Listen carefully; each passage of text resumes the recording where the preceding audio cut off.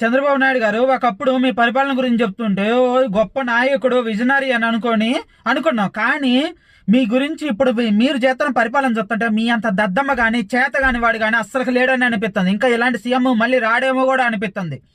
ఎందుకంటే ఎంత చేతగాని పరిపాలన చేస్తున్నావు అంటే నువ్వు ఎలా ప్రవర్తిస్తున్నావు, ఎలా పరిపాలన చేస్తున్నావు అనేది ఒక్కసారి చూసుకో.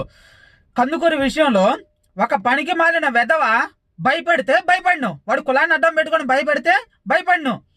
వాడు చేతగాక వాడేదో నాయకుడు అవ్వాలని చెప్పి కులాన్ని అడ్డం పెట్టుకుంటే వాడి దెబ్బకి భయపడి ఆ చచ్చిపోయినోడు కుటుంబానికి ఎకరాల భూమి లక్షల డబ్బు గవర్నమెంట్ తెస్తున్నామని సోషల్ మీడియాలో వస్తుంది. కొన్ని సోషల్ మీడియాలో వస్తుంది. అన్ని ఎకరాల భూమి, రెండు ఎకరాలు మనిషికి 2 ఎకరాల కడిగి భూమి, లక్షల డబ్బులు ఇవ్వాల్సిన అవసరం ఏముంది? గవర్నమెంట్ సొమ్ము మీకు వాళ్ళకి అంతగా మా కులపోడు చచ్చిపోయిందని వాళ్ళకుంటే వాళ్ళ కులం వాళ్ళందరూ వేసుకొని వాళ్ళ కుటుంబాన్ని దాక్కుంటారు కదా. నీవు గవర్నమెంట్ సొమ్ము ఎందుకు దోచిపెడుతున్నావు? వాళ్ళకి కుటుంబ పరిస్థితి బాగోపోతే వాళ్ళ ఆర్థిక పరిస్థితి తగ్గట్టుగా సహాయం చేయండి, అంతేగాని గవర్నమెంట్ సొమ్ము ఎందుకు దోచిపెడతావు? నువ్వు ఎందుకని దోచిపెడుతున్నావు అంటే ఆ కులపోళ్ళందరూ నీకు సపోర్ట్ చేస్తున్నారు కాబట్టి చేతగాని దద్దమ్మ లెక్క వాళ్ళకు లొంగిపోయిను. లాంటి వాడు కులాన్ని అడ్డం పెట్టుకొని బెదిరిస్తే నువ్వు బెదిరిపోవటమైంది.